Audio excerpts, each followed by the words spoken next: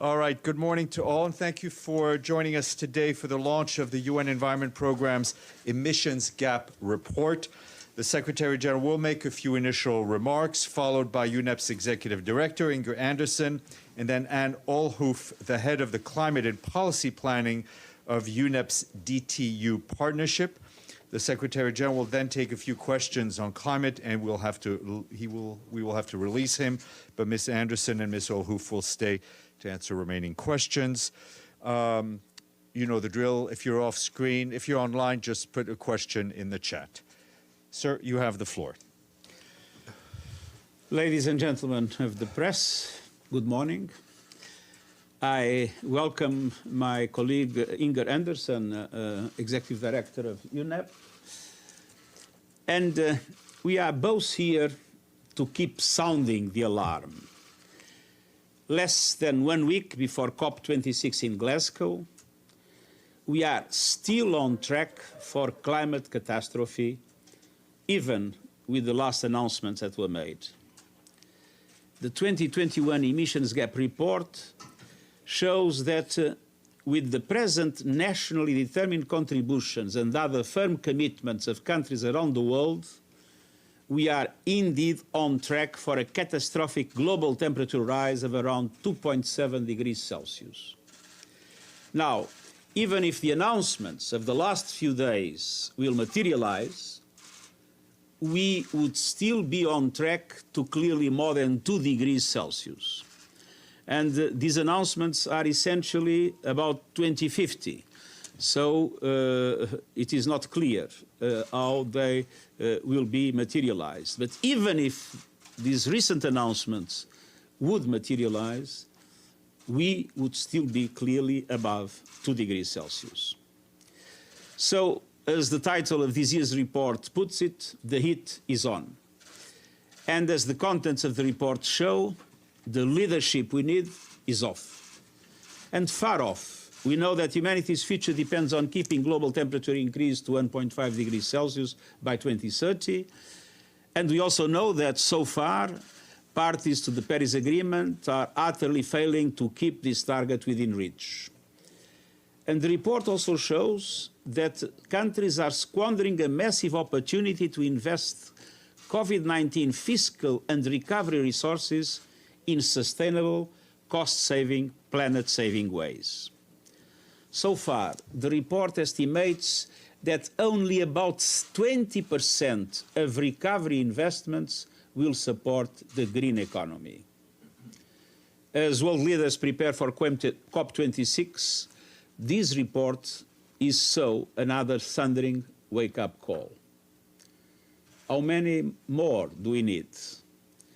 The recent IPCC report already showed that unless we reduce global carbon emissions by 45% from 2010 levels by 2030, 100 months from now, we will not reach a 1.5 degree future. And scientists are clear on the facts. Now leaders need to be just as clear in their actions.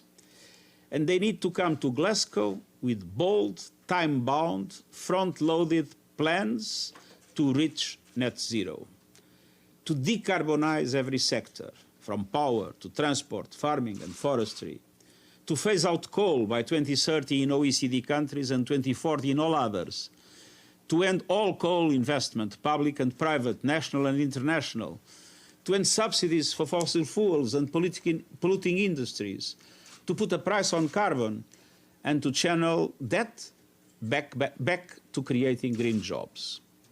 And obviously, to provide at least $100 billion each year to the developing world for climate finance. The Paris Agreement says that the provision of scaled-up financial resources should aim to achieve a balance between adaptation and mitigation. And so, a balance means 50-50. And I repeat my call to donors and multilateral development banks to allocate at least 50% of their climate support towards adaptation and resilience. The clock is ticking. The emissions gap is the result of a leadership gap, but leaders can still make this a turning point to a greener future instead of a tipping point to climate catastrophe. The era of measures and hollow promises must end. The time for closing this leadership gap must begin in Glasgow. And I thank you for your attention. I'm at your disposal. Thank you very much, sir. I now give the floor to Inger Andersen, the Executive Director of the UN Environment Programme. Inger? Thank you so much. As you've just heard from the UN Secretary General, the heat is very much on when it comes to climate change. 5 days ahead of COP26, climate action is still inadequate. The updated nationally determined contributions and other commitments for 2030, not officially submitted, only take another 7.5% beyond what has already been committed off. So we need to take a total of 55% of our current emission load on the least cost pathway to 1.5 degrees. And if we were to aim for 2 degrees, which we really shouldn't, we'd need to have an ambition of 30% reduction.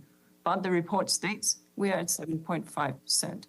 As the report demonstrates, the world would need 7 times more ambition to keep us on the 1.5 degree track.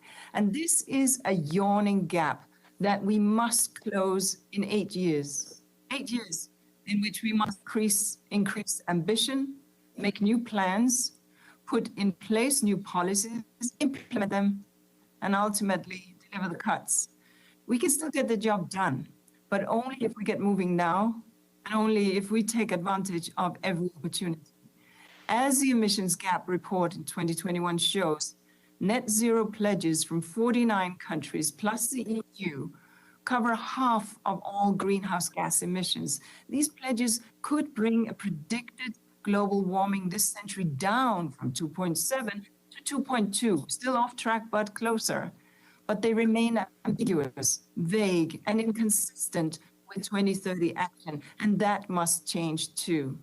Another option highlighted in the report is methane, a powerful and short-lived climate warming gas. Over 30 countries have joined the US and EU-led effort to cut 30% off of methane emissions by 2030. Such a target is a feasible, low-cost, and particularly through action in the oil and gas sector, which does exist. But rapid action on methane, while necessary, does not let the oil and gas industry off the hook. It is an interim measure on the road to decarbonization. The report also tells us that the opportunity, as we heard to use COVID-19 recovery financing for low carbon recovery has been largely missed so far, but that too can change. Meanwhile, carbon markets could accelerate action by decreasing mitigation costs if grounded in clear rules that ensure transactions reflect actual reductions in emissions. Carbon markets are a part of the much needed effort to provide financing to developing nations so that they can adapt to climate change and follow a low carbon development pathway. But they can't be all of it. We need more solidarity and more financing. Finally, as previous emission gap reports have shown, there's a huge climate potential in nature-based solutions, in renewables, and in energy efficiency, and in so much more. The point is that we know what we need to do, and we even know how to do it. We know the time frame in which we need to act. We know the benefits of action and the consequences of inaction. The case for climate change is essentially closed. So it's time to get it done. Through stronger commitments that use every option at our disposal, through policies and action. We need to go firm, we need to go fast, and we need to start doing it now. Thank you. Thank you very much, Inger. Thank you. We'll now turn to Anne Olhoof, the head of climate policy and planning at UNEP. Anne?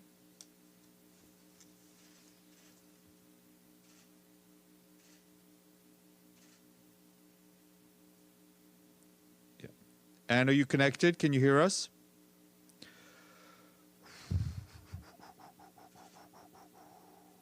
Just give it a second. Yes, I'm connected, and sorry for this. I just need to share my screen. Great. All right. Please go ahead.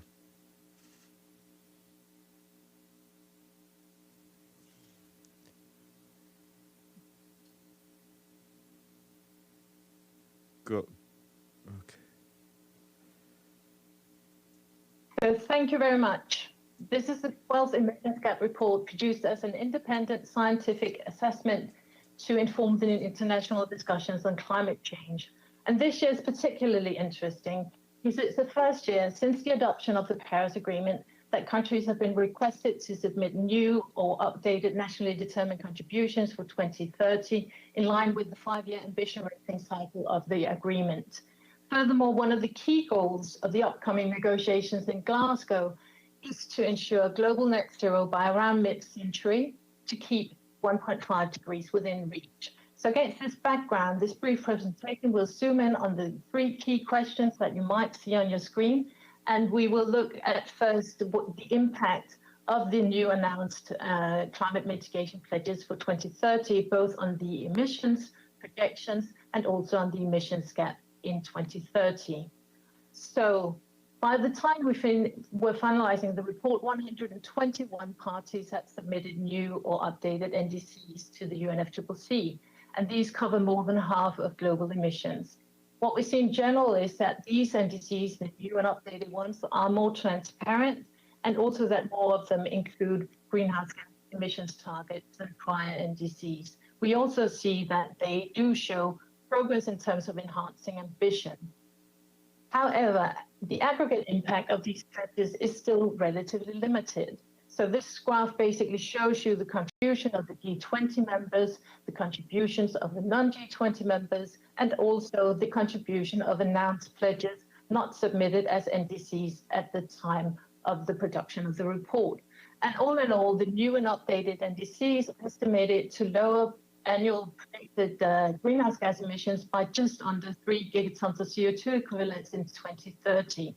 If we also take into account the announced pledges, this reduction increases to just over 4 gigatons of CO2 equivalents.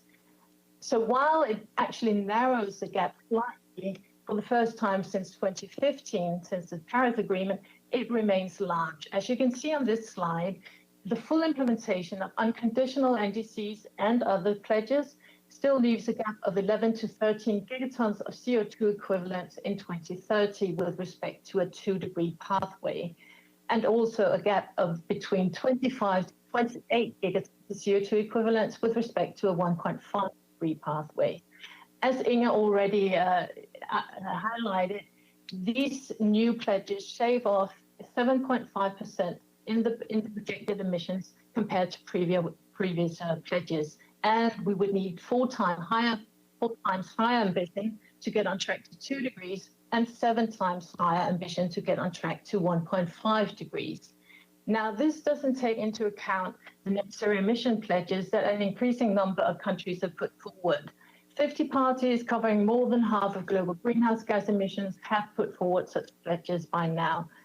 They still show quite a lot of ambiguity in terms of sectors and gases covered, whether or not they include and how they include offsets, and also in terms of transparency, both regarding the plans for achieving them, but also for how to report and review progress against them. So where does that take us in terms of global warming implications? The Emissions Gap Report 2021 estimates that a continuation of current policies would be consistent with global warming at the end of the century of around 2.8 degrees. And all of these estimates are with a 66% chance. If we fully implement the unconditional NDCs and the other announced pledges, this estimate is lowered to 2.7 degrees, but the real change happens if the 2030 pledges are implemented in combination with the net zero emissions target. As you can see here, the unconditional pledges in combination with the full achievement of net zero targets would bring us closer to the Paris Agreement temperature goal. But we're not yet there, and we have to get there. So what we can see is that few of the G20 members' pledges for 2030 actually put their emissions on a clear path towards net zero. And furthermore, as a group, the G20 members are not yet on track to either their previous NDCs nor their new ones. So there's an urgent need to raise ambition and accelerate action, both to bridge the emissions gap and also to get global emissions on track towards net zero. As Inga mentioned, the report covers a lot of other areas, and if we look into fiscal recovery, how to spend that well to accelerate a green transition, and we look into the opportunities for reducing emissions from methane and also into the use of market mechanisms. That's it from my side. Thank you very much. Thank you very much. We'll now take some question. Valeria, please, on behalf of UNCA. Thank you so much, Stefan. Thank you, Mr. Secretary General, on behalf of ANCA for this press conference. So my question is, how confident you are to be able to reach an agreement among states at COP26 on the objective to reduce greenhouse gas emission in the coming years, and how important is the fact that leaders like Xi Jinping and Vladimir Putin will not attend the summit? Thank you so much. I think all G20 leaders are very important because G20 represents 80% of the emissions. And obviously, there is still, as it was demonstrated, a huge effort to make in order to make sure that not only we reach net zero emissions in 2050 globally, but that there is a meaningful reduction of emissions in the next decades. If there is no meaningful reduction of emissions in the next decade, we will have lost forever the possibility of reaching 1.5 degrees. So this is a moment of truth, and I will be joining the G20 next weekend, and I will be strongly appealing for all of them to do their maximum. There is a principle of national determined, common but differentiated responsibilities according to national capabilities, which means that the leadership must come from developed countries, but the level of emissions of the emerging economies is such that we also need the emerging economies to go an extra mile. Only if everybody does the maximum, it will be possible to get there. Thank you. Pamela Falk, CBS News. Thank you, Secretary General, and to UNEP for the briefing. My question is, the report does say that national plans have fallen short. And there's some countries, like China, that have pledged to cut fossil fuel, but there are no new pledges on the emissions. How can you get countries to do both at the same time, and do you expect that to happen at COP26?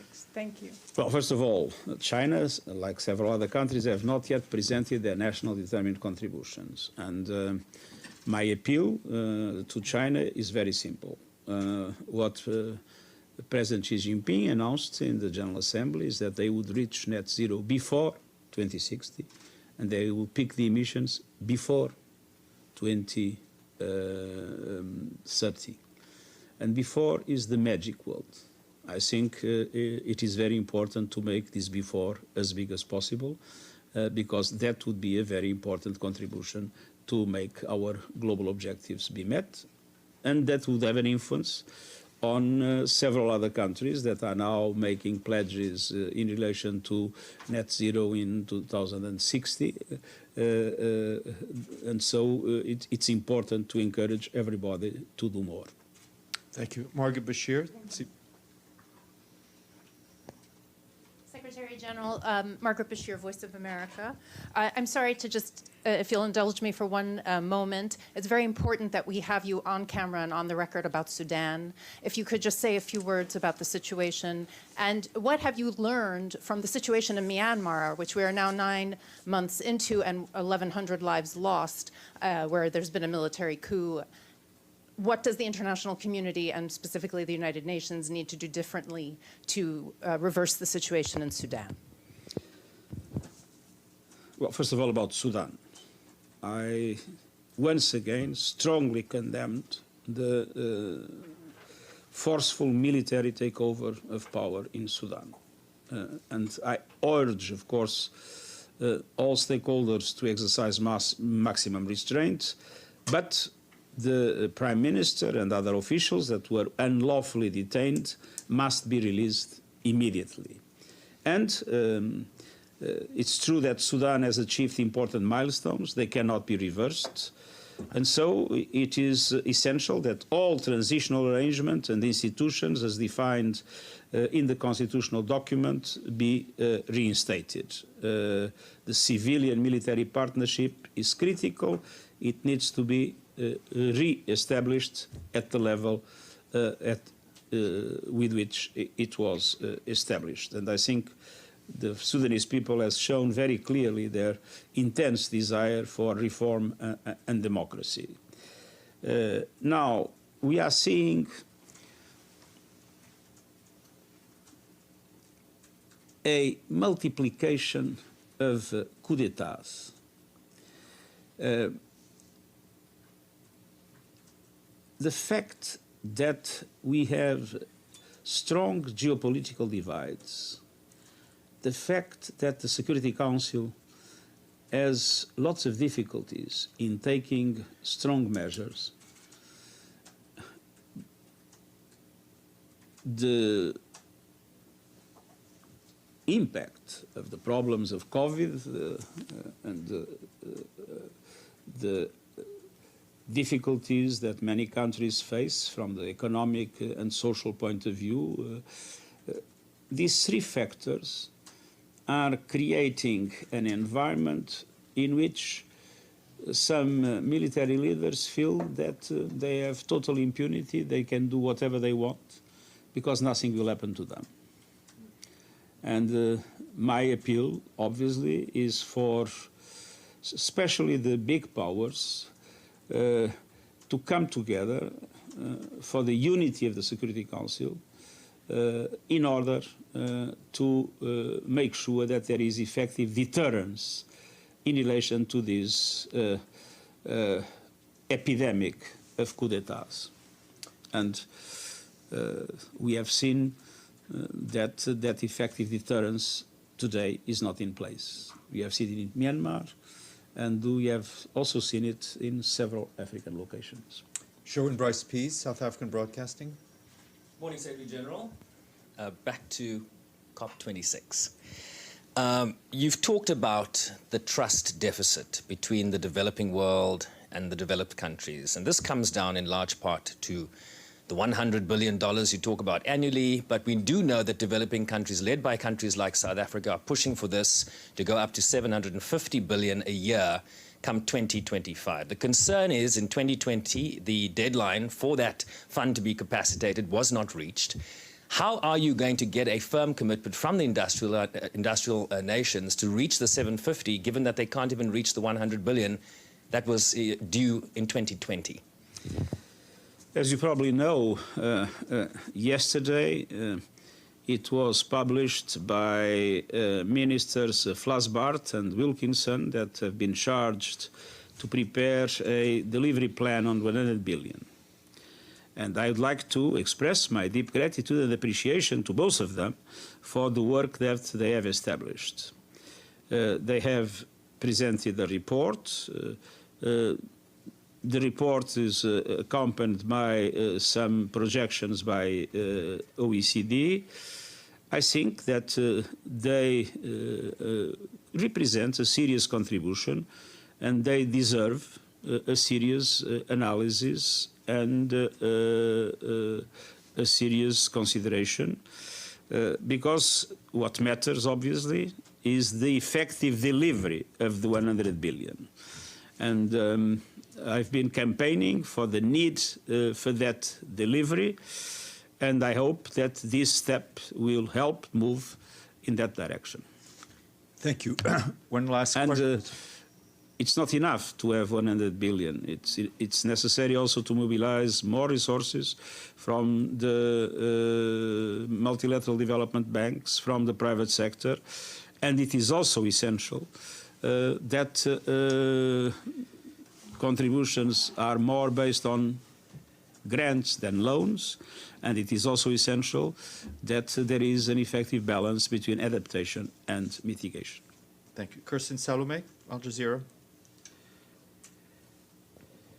Thank you, Secretary General. Given you're headed to the G20, those nations responsible for 80% of carbon emissions. Can you sum up where their NDCs stand, how many have announced them, and what do you need to get from them this weekend? And also, the United States, UN's largest funder, the world's second largest carbon emitter, can't seem to agree on a budget. What is at stake in the U.S. budget negotiations for COP? What do you need to see in there, do you think? How will that affect what's going to happen at COP? Obviously, it will be impossible to reach the 100 billion without a meaningful American financial contribution. That is evident. And my appeal to the American institutions is to make sure that that meaningful contribution can materialize. Obviously, all G20 leaders must understand the need that they need to do the maximum. I cannot tell you exactly how many countries have not yet presented national determined contributions, but I think that probably around almost half of the countries have not presented national determined contributions. Some made announcements of objectives, but obviously an announcement for 2060 without a program of action to get there has the value that it has. So it is absolutely essential that all G20 countries present before Glasgow or in Glasgow national determined contributions that are compatible with 1.5. Thank you. One last question, and then we have to let the Secretary General go, but we'll continue on with Ms. Anderson. Celia, Voice of America. Thank you. Secretary General, in the report, how do you see the relation between migration, forced migration, and climate change? We know Latin America and Guatemala, the dry corridor is one of the areas, and we have seen now massive movements from South America all the way to Mexico. How do you see that, especially because you have experience with refugees, and what's your take on that and how the world leaders could make a change? I think climate change is clearly an important accelerator of migration. In some situations, because several regions become simply not inhabitable anymore, and so people have to leave because they have no conditions to survive. Desertification, as you know, is progressing in many areas.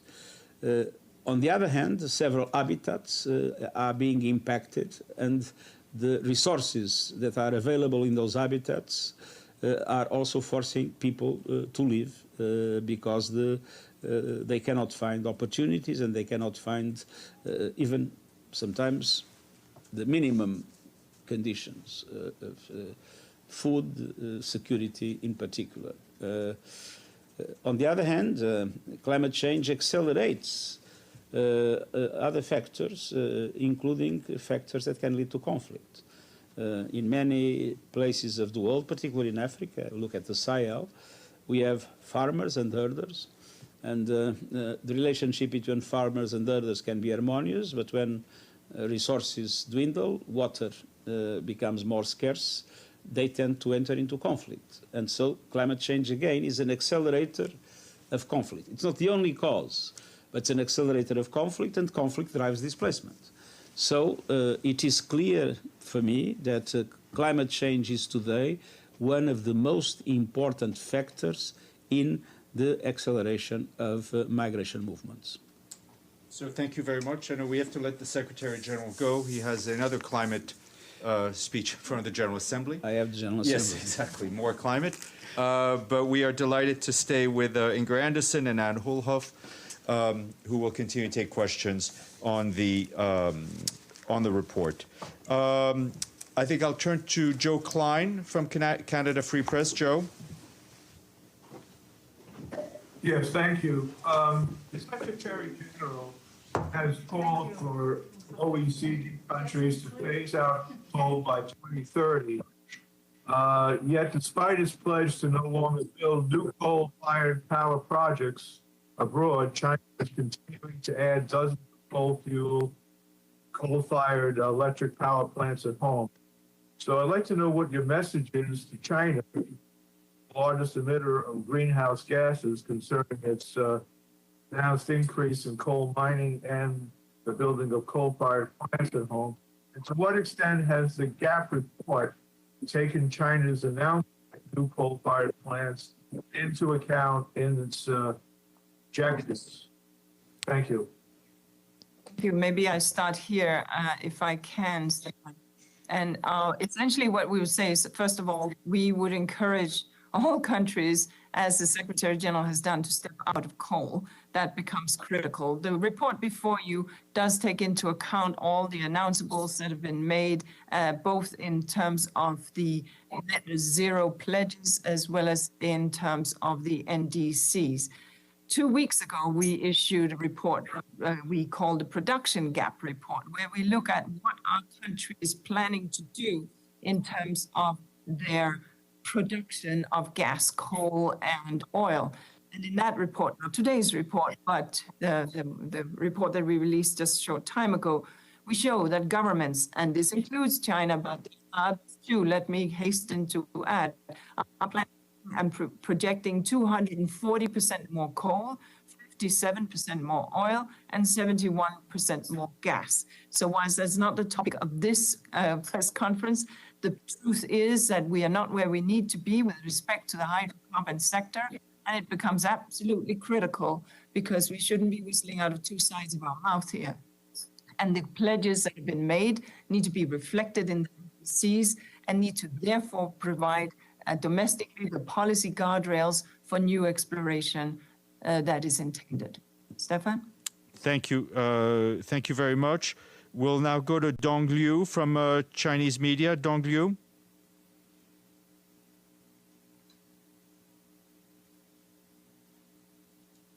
Okay, let's try Urmi from the Economic Times of India. Urmi, can you hear us?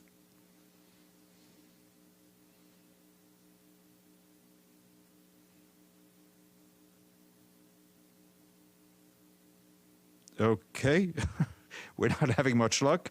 Mr. McCarthy, I can see you, so please go ahead.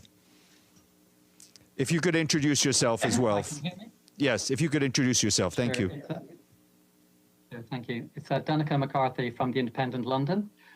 My question is, in the light of today's disastrous emissions gap, the International Energy Agency said we should have an immediate ban on all fossil fuel investments, coal, gas, and oil from this year, if we're to achieve net zero 2020. So my question is, why is UNDP or the Secretary General not calling on the COP to implement the IEA ban on all new investments in fossil fuels? Thank you. If I may, I think what we are saying here is that we need to step out and step down from hydrocarbons, and that we need to also figure out how we are making that transition. And what that will entail is to avoid that we have energy shortages, as we are seeing in some places now, is that we enable proactive engagement for investment in renewable. And that is done by government policies, and that is done by incentivizing, and that is done by banks leaning in and by ensuring that we have these longer term investments. At this point, calling for an end for certain fossil fuel investments is, of course, a clear call from IEA when they look at the trajectory, and we understand that. However, we are in that process of transition, and right now what we want to see is clarity in the NDCs and clarity in the net zero commitments that have been made, so that there is no fudging and no vagueness around what the promises are. And further, as we heard from the Secretary General, we are not doing ourselves a favor by kicking the net zero can down the road to 2050. We need to see real action between now and 2030. That's what we're calling for at the COP. Is that not a fudge by you? I think if the time when we have the opportunity to turn off all fossil fuel and everyone still has lightings and the hospitals are still working, I think at that point, indeed, yes. But right now, we're not seeing the investments, which we have to see. And so the imperative now is on focusing on investing in the three sectors that are the biggest carbon emitters. It is energy, it is transport, and it is infrastructure and buildings in cities. These are the three sectors that we're focusing on, and these are the three sectors that need to make these shifts. Thank you. But if we invest $5 trillion in new fossil fuels, what hope have we got of net zero?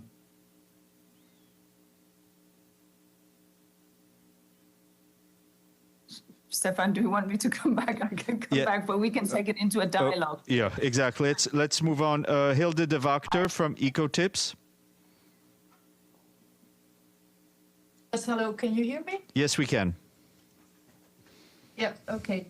Yes, I was wondering, okay, the report is based on what countries are going to do or are not going to do, but what can companies, what can businesses do individually or in their sector to help closing the gap? What is their role? Clearly here, I think what we're looking for is that businesses lean in on net zero, lean in on shifting their portfolios, lean in on transparently reporting on their carbon footprint in their production in the entire supply chain. This is not happening now, in part because there are so many methods by which businesses calculate this. So looking at finding similarity and ensuring that we have an equal playing field for reporting on carbon footprint and not using greenwashing, etc.